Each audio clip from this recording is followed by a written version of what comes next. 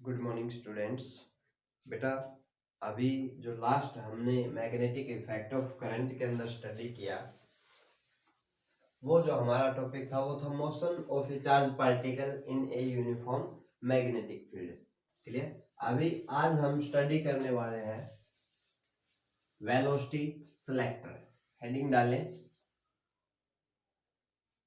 Velocity selector.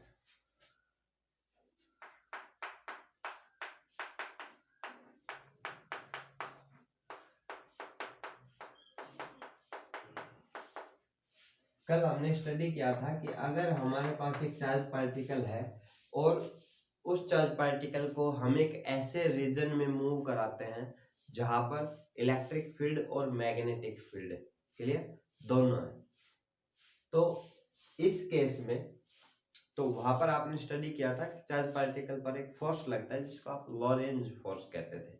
ठीक है, आज जो हमारा टॉपिक है वो है वेलोसिटी सिलेक्टर। तो वेलोसिटी सिलेक्टर के बारे में जो पहली चीज है हमारे पास वो है कि हमें क्या करना है, एक चार्ज पार्टिकल्स की जो बीम है उसको एक ऐसे रीजन से पास कराना है जहां पर क्रॉस इलेक्ट्रिक फील्ड और मैग्नेटिक फील्ड दोनों है, यानी कि इलेक्ट्रिक फील्ड और मैग्नेटिक फील्ड दोनों एक दूसरे के परपेंडिकुलर है।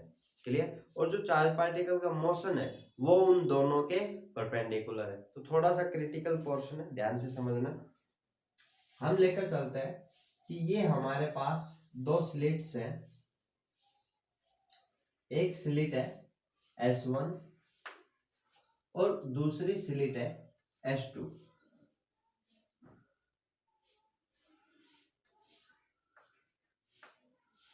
यहां पर हम क्या लेकर चलते हैं कि ये हमारे पास एक रीजन है, हमने डाउनवर्ड डायरेक्शन में इलेक्ट्रिक फील्ड सप्लाई की हुई है। This is the direction of electric field, और आप देख सकते हैं कि जो इलेक्ट्रिक फील्ड है वो डाउनवर्ड डायरेक्शन में। ठीक है, अब हम क्या लेकर चल रहे हैं, यहां पर हमारे पास एक रीजन है, इस रीजन में हमने मैग्नेटिक फील्ड अप्लाई की हुई है और जो मैग्नेटिक फील्ड है वो इनवर्ड डायरेक्शन में। डायरेक्शन समझे, इलेक्ट्रिक फील्ड हमने डाउनवर्ड डायरेक्शन में ली है। चार जो वर्ड्स हैं ये समझने आपको बहुत जरूरी है। पहला है हमारा inward, outward, downward and upward. तो यहां से आप देख सकते हैं कि डाउनवर्ड सिंपल ये डायरेक्शन है डाउनवर्ड, अपवर्ड ऊपर की तरफ। अगर हम बात करें प्लेन ऑफ पेपर या प्लेन ऑफ बोर्ड की, क्लियर?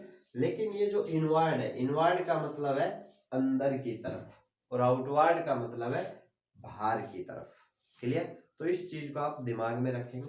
तो यहाँ पर हम लेकर चले कि जो इलेक्ट्रिक फील्ड है वो डाउनवर्ड डायरेक्शन में है और जो मैग्नेटिक फील्ड है वो हमने क्रॉस ली है। क्रॉस का मतलब है, समझते हैं सभी,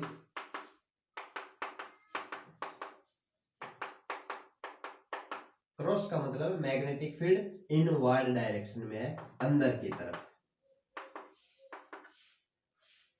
और हमें क्या करना है, एक बीम है हमारे पास इलेक्ट्रॉन की। क्लियर?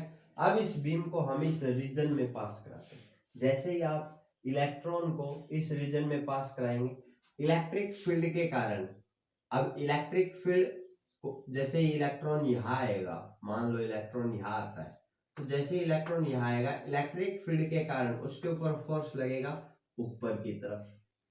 क्यों? क्योंकि जो हमने पढ़ा, किसी भी चार्ज पार्टिकल को जब आप किसी इलेक्ट्रिक फील्ड में रखते हैं तो उसके ऊपर फोर्स लगता है, क्यू ई। अब यहाँ पर हमारे पास चार्ज पार्टिकल कौन है, इलेक्ट्रॉन, जिस पर नेगेटिव चार्ज है। इसका मतलब जो फोर्स लगेगा, फोर्स की डायरेक्शन इलेक्ट्रिक फील्ड के डायरेक्शन के अपोजिट होगी। क्लियर?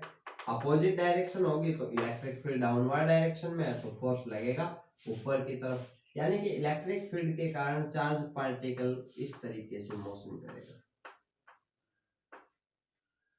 समझ आया? अभी नेक्स्ट है हमारे पास कि ये जो इलेक्ट्रॉन है इसके ऊपर परपेंडिकुलर या हम कहें इनवर्ड मैग्नेटिक फील्ड के कारण भी कुछ फोर्स लगेगा, और मैग्नेटिक फील्ड के कारण जो फोर्स लगेगा, अब यहां से आप देख सकते हैं कि मैग्नेटिक फील्ड इनवर्ड है और चार्ज पार्टिकल हॉरिजॉन्टल प्लेन में, यानी कि दोनों के बीच वेलोसिटी और मैग्नेटिक फील्ड के बीच 90 डिग्री का एंगल है। तो यहाँ से मैग्नेटिक फील्ड के कारण जो फोर्स लगेगा वो हमारे पास क्या रहेगा, q v B sine theta, पढ़ा हुआ है हमने, q v B sine theta, यानी कि यहाँ से माइनस ई वी बी और साइन 90, क्लियर। यानी यहां से हम कह सकते हैं कि जो चार्ज पार्टिकल होगा उसके ऊपर फोर्स लगेगा माइनस ई वी बी। यानी कि अगर हम बात करें, कल हमने आपको बताया था लेफ्ट हैंड रूल, तो लेफ्ट हैंड रूल के अकॉर्डिंग क्या था कि अगर कोई पॉजिटिव चार्ज पार्टिकल मूव करता है मैग्नेटिक फील्ड के साथ थीटा एंगल बनाते हुए, तो thumb represent the direction of force. तो यहां पर अगर हम बात करें तो मैग्नेटिक फील्ड की direction inward, charge particle move कर रहा है इस डायरेक्शन में, फोर्स किधर लगेगा, देखो फोर्स फील्ड करंट, फील्ड अंदर की तरफ, चार्ज पार्टिकल का मोशन इधर, यानी फोर्स अपवर्ड डायरेक्शन में। ध्यान रखें ये पॉजिटिव चार्ज के लिए था, यहाँ पर चार्ज नेगेटिव है तो फोर्स ऊपर की बजाय किधर लगेगा, डाउनवर्ड डायरेक्शन में। यानी मैग्नेटिक फील्ड के कारण जो फोर्स लग रहा है वो डाउनवर्ड डायरेक्शन में लग रहा है, और इलेक्ट्रिक फील्ड के कारण जो फोर्स लग रहा है ये अपवर्ड डायरेक्शन में लग रहा है, क्लियर। अब अगर ये दोनों फोर्स हमारे पास इक्वल हो तो यहां से हम क्या ले सकते हैं, अगर ये ऊपर की तरफ जो फोर्स लग रहा है और नीचे की तरफ जो फोर्स लग रहा है ये दोनों अगर इक्वल हो तो charge particle without deflection straight pass हो जाएगा। जो इलेक्ट्रॉन बीम थी वो without any deflection was straight, clear, या पास स्ट्रेट। तो यहां से हम कह सकते हैं कि जब कोई चार्ज पार्टिकल स्ट्रेट पास होगा तो उस केस में उसकी वेलोसिटी क्या होगी, तो उसके लिए हम इन दोनों इक्वेशंस का यूज करते हैं, फर्स्ट और सेकंड, और हम लिख सकते हैं कि E we B is equals to E into E से ई कैंसिल, यानी v is equals to E by B.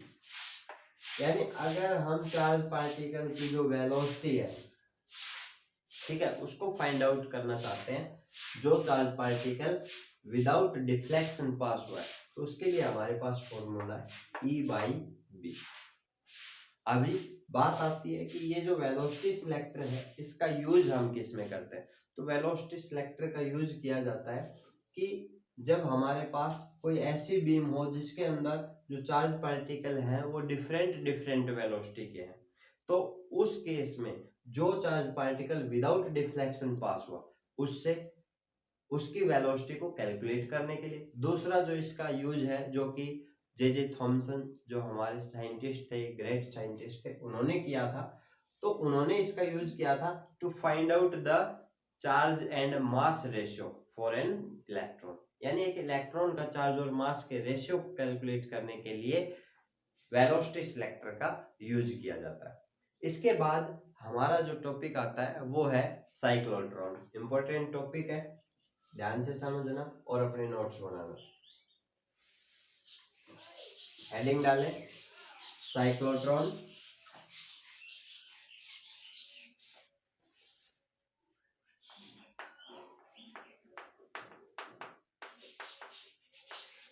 सबसे पहले ध्यान दें कि साइक्लोट्रॉन क्या है, इसकी जो इन्वेंशन है वो किसने की थी, कैसे इसमें क्या यूज होता है, ठीक है, क्या इसकी लिमिटेशंस है। तो सबसे पहले हम आपको बताते हैं कि साइक्लोट्रॉन एक डिवाइस है जिसके अंदर पॉजिटिव चार्ज पार्टिकल्स को आप एक हायर एनर्जी से ऑसिलेट करा सकते हैं, ठीक है, और उन चार्ज पार्टिकल्स के किसी टारगेट पर बम्बार्डमेंट करा सकते हैं। दूसरा, ये जो साइक्लोट्रॉन डिवाइस है इसकी जो इन्वेंशन है वो दो साइंटिस्ट थे, लॉरेंस और लिविंगस्टोन।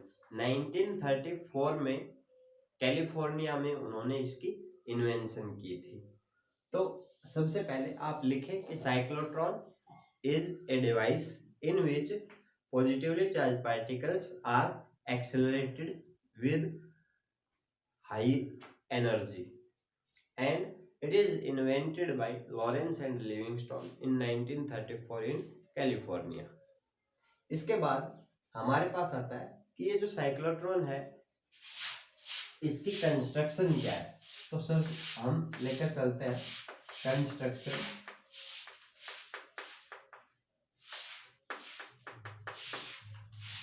कंस्ट्रक्शन के लिए क्या रहेगा हमारे पास कि ये हमारे पास दो डीज है,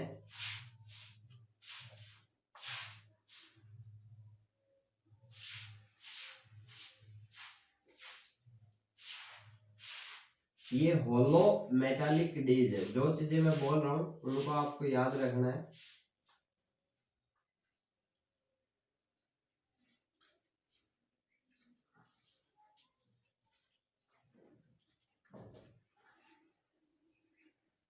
ये हमारी होलो मेटालिक डीज हैं, डी शेप की हैं इसलिए हम इन्हें डीज बोल रहे हैं।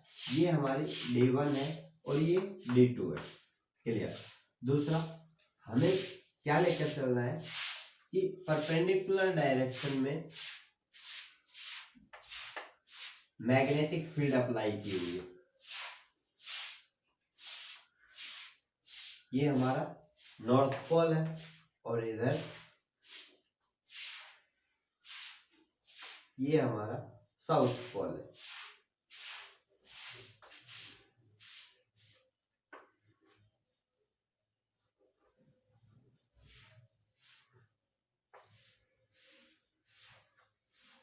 ठीक है, this is the direction of magnetic field.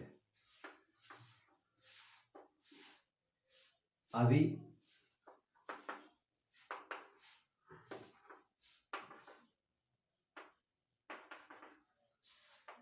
ये हमारे पास मैग्नेटिक फील्ड की डायरेक्शन है जो कि देखो इस तरीके से है। ये हमारे पास दोनों डीज हैं और मैग्नेटिक फील्ड दो मैग्नेट्स, दो पोल मैग्नेट के हमने ऐसे लगाए। मैग्नेटिक फील्ड की डायरेक्शन ऐसे है और डीज ऐसे रखी हुई है। क्लियर। और इन दोनों डीज को हमने एक हाई फ्रीक्वेंसी ऑसिलेटर से कनेक्ट किया हुआ है।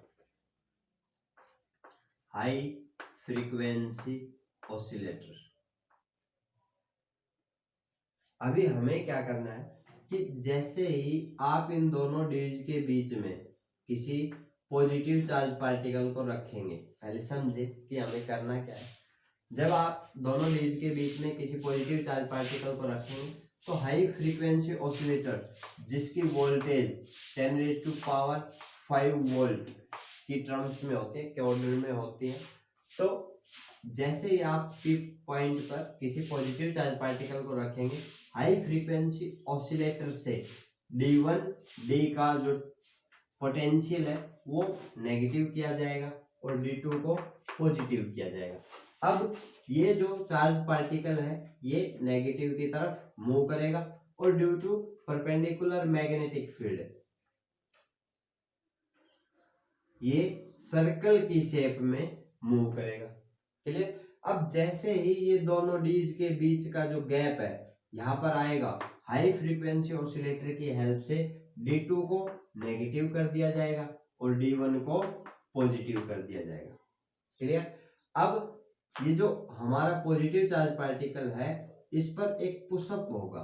क्लियर। यानी ये एक धक्के के साथ और तेज स्पीड से D2D के अंदर एंटर करेगा। अब इसकी स्पीड इंक्रीज हुई है तो हमें क्या करना पड़ेगा, ये जो स्पीड होती है, इससे पहले आपने पढ़ा कि मैग्नेटिक फील्ड के अंदर जो चार्ज पार्टिकल की जो स्पीड है वो, या फिर हम कहें उसका जो टाइम पीरियड है वो स्पीड पर डिपेंड नहीं करता। यानी कि अगर चार्ज पार्टिकल की स्पीड इंक्रीज हुई तो उसका जो सर्कुलर पाथ है वो इंक्रीज हो जाएगा, लेकिन जो टाइम पीरियड ऑफ रिवॉल्यूशन है वो सेम रहेगा। इस वजह से जो चार्ज पार्टिकल है वो एक ग्रेटर सर्कल में मूव करता है। फिर से दोनों डीज के बीच में आएगा, हाई फ्रीक्वेंसी ऑसिलेटर की हेल्प से हम दोनों डीज की पोलैरिटी, इनके पोटेंशियल को चेंज कर देंगे। D1 नेगेटिव हो जाएगा, D2 पॉजिटिव हो जाएगा। फिर से चार्ज पार्टिकल यहाँ मूव करेगा और हायर एनर्जी से ये चार्ज पार्टिकल इस तरीके से मूव करेगा और उसके बाद ये चार्ज पार्टिकल यहाँ आएगा। दोनों ये जो हमारे पास डीज है, यहाँ पर हमने लिया हुआ है विंडो।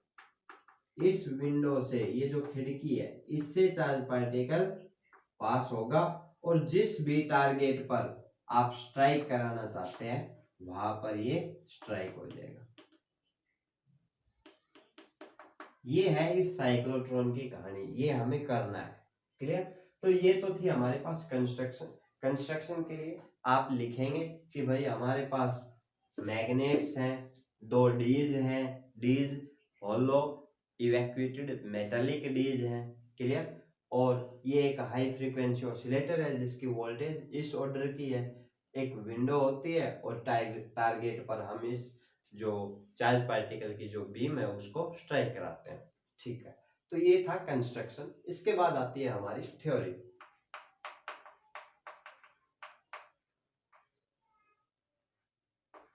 थ्योरी के अंदर क्या है हमारे पास कि जब ये चार्ज पार्टिकल मूव करता है तो इस चार्ज पार्टिकल के ऊपर मैग्नेटिक फील्ड के कारण फोर्स लगता है। अब यहाँ पर आप देख सकते हैं कि चार्ज पार्टिकल की वेलोसिटी और मैग्नेटिक फील्ड के बीच एंगल 90 डिग्री है, यानी कि जो मैग्नेटिक फील्ड के कारण जो फोर्स लगा वो हमारे पास है q v B sine theta, और यहाँ पर साइन 90 यूज करेंगे क्योंकि मैग्नेटिक फील्ड परपेंडिकुलर है, यानी कि जो फोर्स लग रहा है वो हमारे पास आ गया क्यू वी बी। अब इस फोर्स के कारण चार्ज पार्टिकल मूव कर रहा है और इस फोर्स की वजह से चार्ज पार्टिकल सर्कुलर मोशन में मूव करता है। हम थोड़ी देर के लिए मान लेते हैं कि जो सर्कुलर मोशन के दौरान एक एवरेज रेडियस ले लेते हैं स्मॉल आर, और चार्ज पार्टिकल का जो मास है वो हम लेकर चल रहे हैं small m. Small m charge particle का मास है, उसकी वेलोसिटी v है, और जिस सर्कल के अंदर चार्ज पार्टिकल रिवॉल्व कर रहा है उसकी जो रेडियस है वो स्मॉल r है। अब यहाँ से हम कह सकते हैं कि ये जो फोर्स है यही फोर्स सेंट्रीपिटल फोर्स के लिए रिस्पॉन्सिबल होगा, जो कि हमारा mv²/r है। यहाँ से हम इन दोनों को इक्वेट कर सकते हैं, यानी कि हमारे पास होगा mv²/r is equals to q v B. एक v से v कैंसिल, यानी कि हम कह सकते हैं कि चार्ज पार्टिकल जब किसी सर्कल के अंदर मूव करेगा तो उसकी जो रेडियस है वो होगी mv/bq। क्लियर? अब यहां से हम फाइंड आउट कर सकते हैं कि चार्ज पार्टिकल जब किसी सर्कल में मूव करेगा तो उसका जो टाइम पीरियड ऑफ रिवॉल्यूशन है, क्लियर, वो क्या होगा। तो यहां से आप देख सकते हैं कि टाइम पीरियड ऑफ रिवॉल्यूशन होगा 2πr/v। जो डिस्टेंस उसने एक सर्कल में कंप्लीट की और जिस स्पीड से वो मूव कर रहा था, दोनों का हमारे पास रेशियो होगा। सभी को पता है time is equal to distance upon time, distance upon speed. तो यहाँ से distance upon speed, then 2π/v into r की वैल्यू हमारे पास है mv/bq। v से v कैंसिल, यानी कि जो टाइम पीरियड ऑफ रिवॉल्यूशन है वो आ गया 2πm/bq। अब ये टाइम पीरियड ऑफ रिवॉल्यूशन है, यहाँ से हम फ्रीक्वेंसी कैलकुलेट कर सकते हैं। हमें पता है frequency is equal to reciprocal of the time period, then we can write nu is equals to bq/2πm। तो यहाँ से आप देख सकते हैं कि जो फ्रीक्वेंसी है चार्ज पार्टिकल की वो चार्ज पार्टिकल की स्पीड पर डिपेंड नहीं करती। क्लियर? अब एक कंडीशन यहाँ पर हमारे पास आती है कि जब चार्ज पार्टिकल पी पॉइंट से मूव करता है तो पी पॉइंट से मूव करके चार्ज पार्टिकल जब दोबारा से इस गैप में पहुंचता है तो हाई फ्रीक्वेंसी ऑसिलेटर जो है वो दोनों डेज की पोलैरिटी को चेंज करता है। तो आप एक बात जो ध्यान रखने की है वो ये है कि जो इस सर्कल के दौरान जब चार्ज पार्टिकल मूव करता है तो चार्ज पार्टिकल की जो फ्रीक्वेंसी है, frequency of revolution of charge particle must be equal to the frequency of the high frequency oscillator. High frequency oscillator की जो दोनों डेज के पोलैरिटी को चेंज करने की फ्रीक्वेंसी और चार्ज पार्टिकल के सर्कुलर मोशन में रिवॉल्व करने की फ्रीक्वेंसी दोनों सेम होनी चाहिए। ऐसा नहीं होना चाहिए कि चार्ज पार्टिकल जब यहाँ था तभी पोलैरिटी चेंज हो गई और पता चला यहाँ जाके ये रुक गया। ठीक है, तो ये इसकी एक जो सबसे इंपॉर्टेंट कंडीशन है वो है। अभी यहां से हमने देखा कि जो फ्रीक्वेंसी है वो आ गई BQ/2πm। इसके बाद हम कैलकुलेट करते हैं, जो वर्किंग है वो आपको अपनी लैंग्वेज में लिखनी है। ठीक है, तो अभी हमने फ्रीक्वेंसी कैलकुलेट की। अब फ्रीक्वेंसी के बाद आता है कि मैक्सिमम काइनेटिक एनर्जी, यानी कि जब कोई चार्ज पार्टिकल इस साइक्लोट्रॉन के अंदर मूव करेगा तो उसकी जो मैक्सिमम काइनेटिक एनर्जी है वो कितनी हो सकती है। तो यहां से हमने देखा कि हम मान लेते हैं कि भाई देखो, स्पीड जितनी ज्यादा होगी रेडियस भी उतनी ही ज्यादा होगी। हम मान लेते हैं कि आर नोड जो है वो मैक्सिमम रेडियस है जिसके अंदर चार्ज पार्टिकल की जो स्पीड है वी नोड वो इसकी मैक्सिमम स्पीड है। क्लियर? चार्ज पार्टिकल का मास स्मॉल m हम ऑलरेडी ले चुके हैं। तो यहां से हमारे पास जब charge particle r naught radius की सर्कल में मूव करेगा उस समय उसके ऊपर जो फोर्स लगेगा वो होगा Q V नोड B, और यही फोर्स उसके सेंट्रीपिटल फोर्स के बराबर होगा। क्लियर? यानी यहां से हम क्या फाइंड आउट कर सकते हैं, V नोड फाइंड आउट कर सकते हैं। तो यहां से हमारे पास V नोड क्या आएगा, BQ R node divided by M। Clear?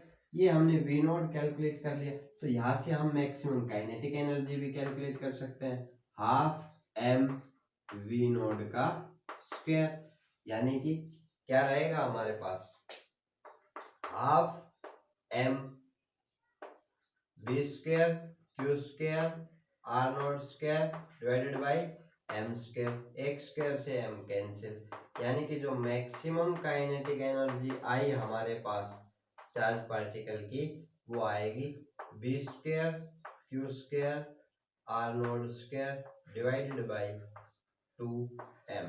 ये मैक्सिमम काइनेटिक एनर्जी है जिससे चार्ज पार्टिकल मूव करेगा और उसके बाद विंडो से स्ट्राइक करेगा टारगेट पर।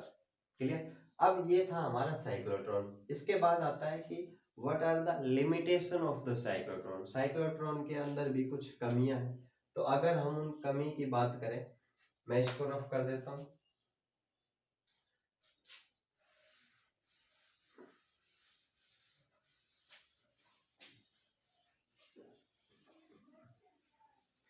तो अभी हमारा टॉपिक है लिमिटेशन ऑफ साइक्लोट्रॉन। इसी के अंदर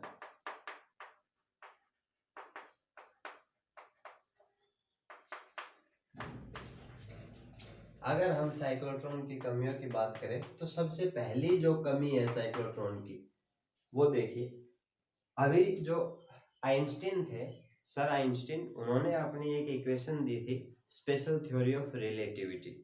तो उसके अंदर उन्होंने कहा था कि अगर कोई charge particle speed of light से ज्यादा स्पीड से अगर मूव करता है तो उसका जो मास है वो इंक्रीज हो जाएगा। तो यहाँ पर हमारे पास क्या है कि अगर मास इंक्रीज होता है किसी भी चार्ज पार्टिकल का तो उसकी जो फ्रीक्वेंसी है वो क्या हो जाएगी। अभी फ्रीक्वेंसी आई थी हमारे पास BQ/2πm। इसका मतलब जो फ्रीक्वेंसी है वो जब मास इंक्रीज होगा तो फ्रीक्वेंसी डिक्रीज हो जाएगी। अब फ्रीक्वेंसी डिक्रीज हो गई तो क्या होगा कि चार्ज पार्टिकल जब मूव करके यहाँ आएगा उस समय ये हाई फ्रीक्वेंसी ऑसिलेटर दोनों डीज की पोलैरिटी को चेंज नहीं करेगा, और साइक्लोट्रॉन के अंदर चार्ज पार्टिकल एक्सीलरेट नहीं होगा, वो मूव नहीं करेगा। ठीक है, तो सबसे बड़ी जो कमी है वो ये है कि कोई भी चार्ज पार्टिकल की एक स्पीड लिमिट होती है, उस स्पीड से ज्यादा स्पीड से चार्ज पार्टिकल साइक्लोट्रॉन के अंदर मूव नहीं कर सकता। तो सबसे जो पहली कमी निकल कर आई वो है हमारे पास स्पीड लिमिट। क्लियर। दूसरा हमने पढ़ा कि साइक्लोट्रॉन के अंदर only positive charge particle move करते हैं, इलेक्ट्रॉन मूव नहीं कर सकता, electron can't move.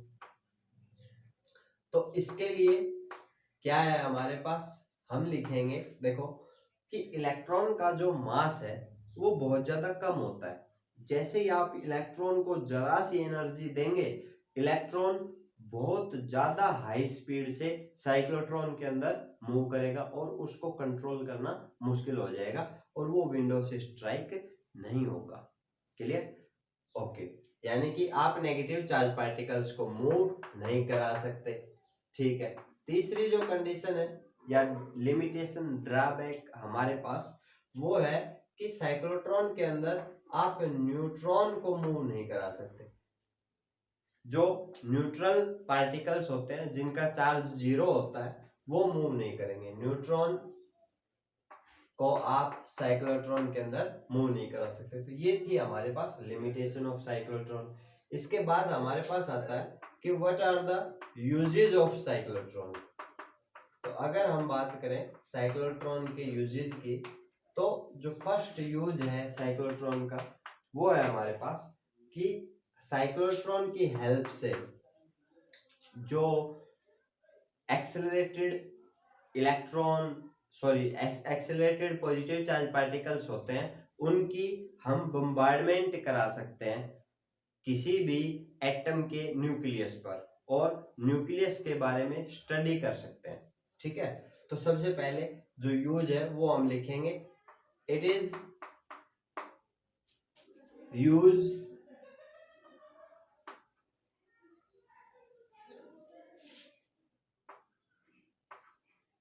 To strike या it is use to bombardment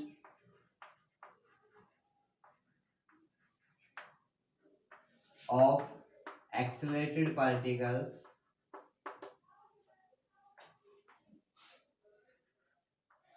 on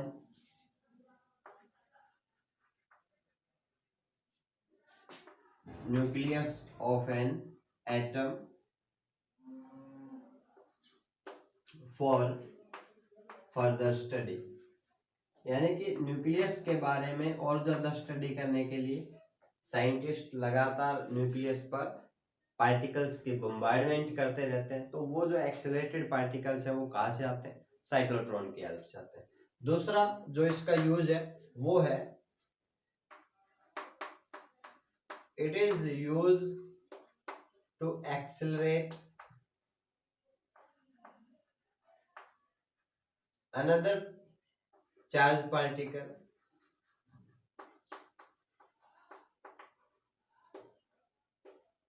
for